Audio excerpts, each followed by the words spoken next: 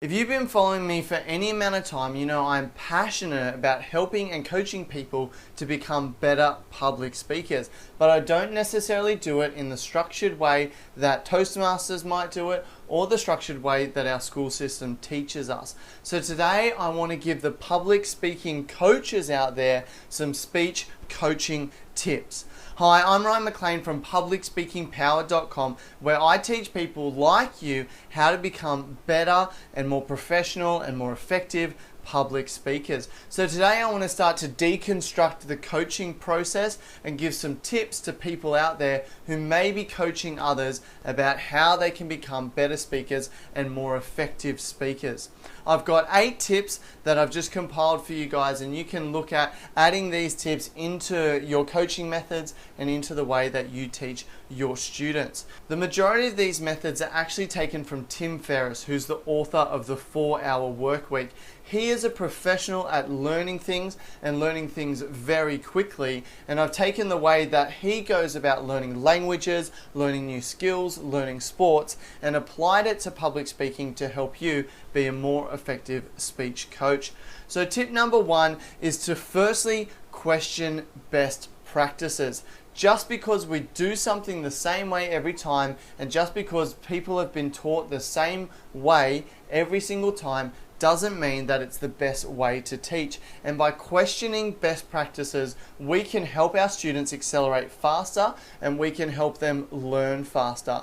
A best practice in public speaking is to focus heavily on technique. We do this by doing 2 things. Firstly, we study the greatest speeches of all time, and then we break them down and we analyze their technique. We learn about pauses, we learn about repetition, we learn about using metaphors and stories. And what we do is we break these down, and then we try and teach our students to add these into their own speech. But what if we didn't follow this progression, and what if we changed the way that we taught people public speaking? In tip number 5, I'm going to talk about sequencing, but I believe that the way that we teach people how to become better public speakers is not the way that we should be going about doing it, and that if we change the order of the way we teach people, we can actually help to build the confidence, which is probably the biggest thing we need to teach people, and build the skill level in a much faster pace, and we overcome so much fear.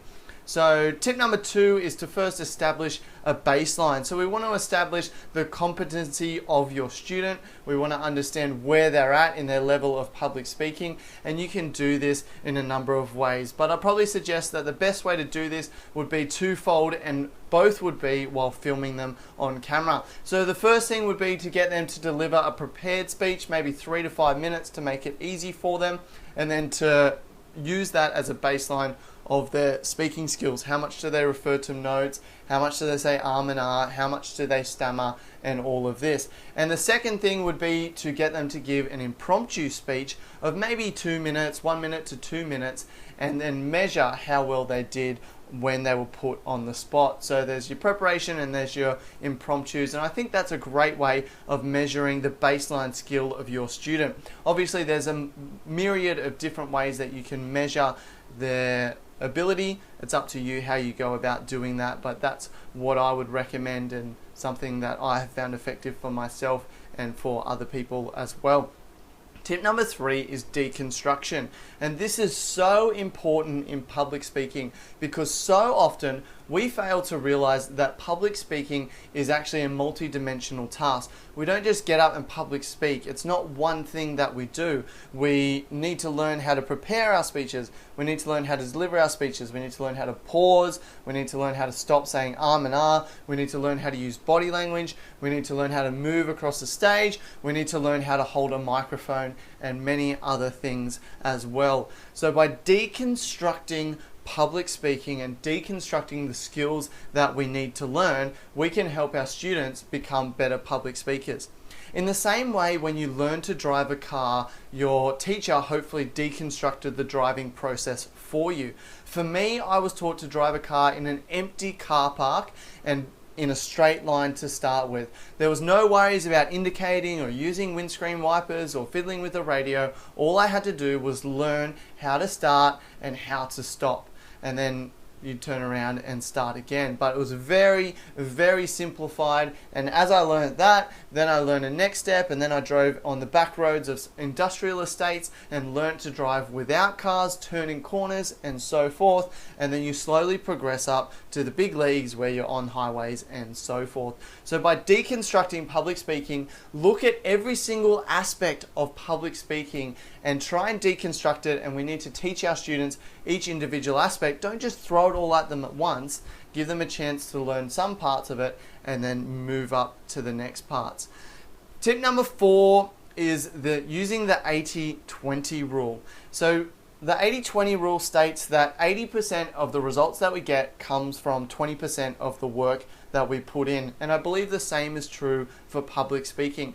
80% of our improvement's going to come from 20% of our practice. So by breaking down public speaking and only focusing on the things that are most important, rather than focusing on advanced techniques, things that Martin Luther King Jr. would use, or things that professional orators would use. Let's just break it down. These people don't need to be the best in the world. We can get there eventually, but to bring them up to a very high standard, we actually need very few things. So by using the 80-20 rule and deconstructing all the facets of public speaking and breaking them down into just a few tasks, then I believe that we can teach public speaking more effectively. So consider doing that with your students. Tip number 5, which I'm very excited about, is what's called sequencing. And that is changing the order that we teach people.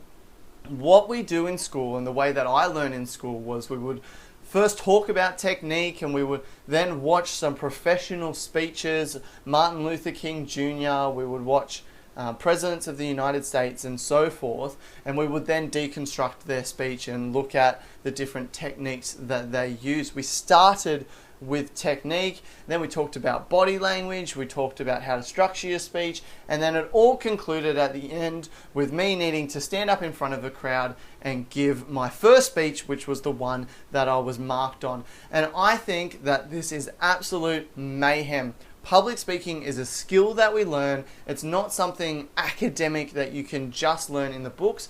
You need to go ahead and practice. And by changing the sequence of things, I believe that we can learn more effectively. The way I learned to actually become a decent public speaker, not what I learned in school, because if you've heard any of my past stories, I stood up there in front of my entire grade at school and spent the whole time thrusting towards the audience. So I've had horrible experiences in public speaking. But the way that I became confident and the way I taught myself was actually to start by recording podcasts sitting down. So I wasn't doing any filming or anything like that. All I was doing was sitting down, so I didn't have to worry about moving, I didn't have to worry about body language, and I was recording into a microphone.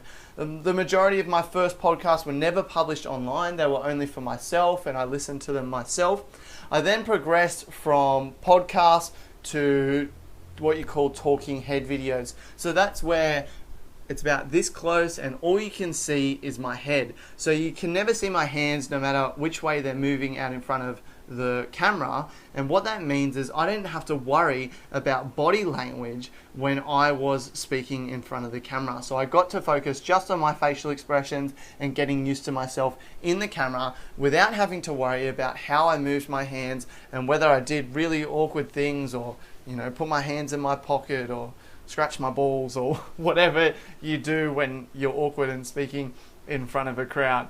But by progressing from podcast to then speaking heads and then further back like I am today to using my hands, and eventually I'll be able to get even further back and move around the room. And what has happened for me is that I've slowly progressed through the different facets of public speaking.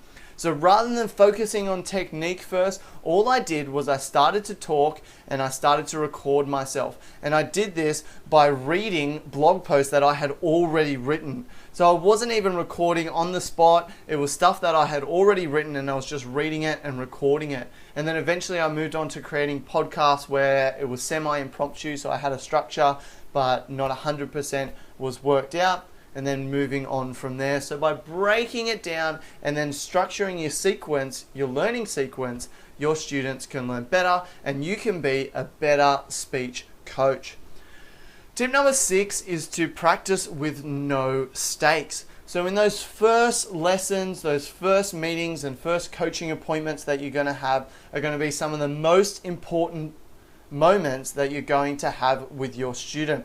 Often people come and they have shaky confidence and they're actually afraid of public speaking. So a great way to overcome this is to create what Tim Ferris calls no stakes learning environments. And that's basically environments where you can't make mistakes and there's going to be no repercussions for your mistakes. He talks about with cooking, rather than using a sharp knife to start with, start cutting with a lettuce knife, which you can't cut yourself on, and practice with that first and then move up to a sharper knife moving on. And we can do the same for public speaking. Rather than getting our students to practice and then get up in front of an audience straight away, and that's the best way to practice, we can help them to practice in no stakes learning environments. That could be by themselves in the comfort of their own homes, just recording their voice on a podcast which only they listen to, or it could be just one-on-one with you if they are comfortable with you. You could even turn your back and you could not even face them when they first present, so that they're not worried about you watching them and what you're thinking. And so you're creating these no stakes environments. So as Tim Ferris recommends, the first 5 lessons or the first 5 experiences need to be in that no stakes environment before we move up to things that actually do have meaning and do have stakes and so forth. Tip number 7 is, once we've gone through that no stakes process, is to then look at building incentives. Tim recommends a site which is called stick.com, so stickk.com. And what this site is that you pledge a certain amount of money, but you pledge it to a charity that you absolutely hate and one that you would hate the money that to go to. And what happens is that money goes in escrow and is contained, and you then allocate someone, one of your friends or one of your family members or your public speaking coach, as a referee. And if you do grow, you do attend and you do acquire the skill, well then you can get the money back or give it to a charity of your choice. But if you fail to do it, then that money then goes to a charity that you would hate. So money is a massive motivator. So that's one way that we can build incentives into our coaching and into our training with our students, is to use stick.com or to use something similar like that. Or you can create your own incentives if you can think of some.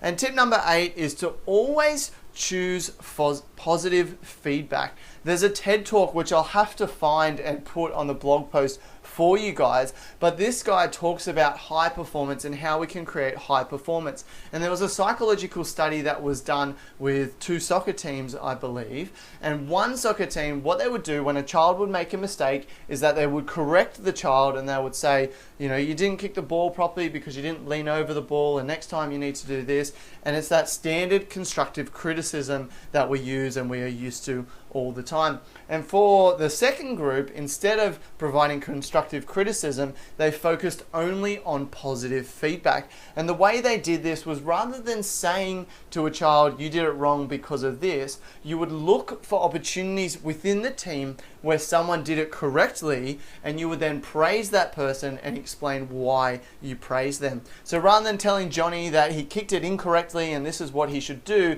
you're actually telling Susie that she did a great job because she did lean over the ball and she did kick it properly. And so what you're doing is you're uplifting Susie, but then the rest of the team is looking at that, listening and understanding, oh, well, okay, well, maybe I can apply that to my kicking as well. And so when it comes to coaching and when it comes to public speaking, try to avoid the constructive criticism as much as possible.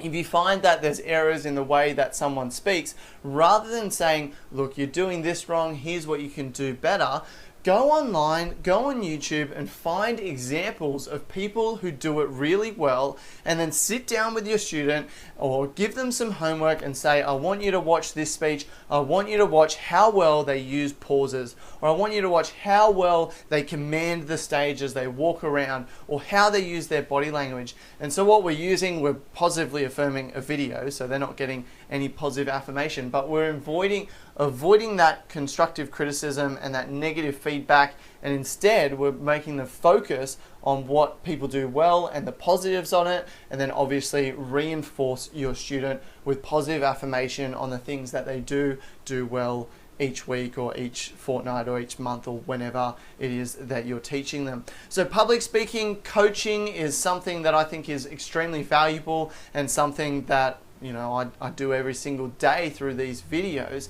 And so I hope that these speech coaching tips have helped you to understand how you can teach your students better, how you can be more confident in teaching your students, and how you can actually build your students' confidence and build their skill faster by doing things in a non-traditional manner. If you want more videos, articles, or podcasts just like this one, then head over to PublicSpeakingPower.com, where we release daily podcast videos and articles as well. So if you stayed around this long, then that is epic, and that means that you love the Public Speaking Power podcast. So I do suggest that if you want to become a better public speaker, you check out the 15 fun public speaking activities that you can do. So just click that link if you're on YouTube, and it will take you to the next video. If you're on the podcast, then sorry, there's no clickable link for you. And also, if you're on YouTube or even if you're on the podcast, please subscribe to the channel. It helps the Public Speaking Power podcast grow, and it means that you will never miss another episode. So again, as I said, until tomorrow, I want you to keep going out there and keep being powerful.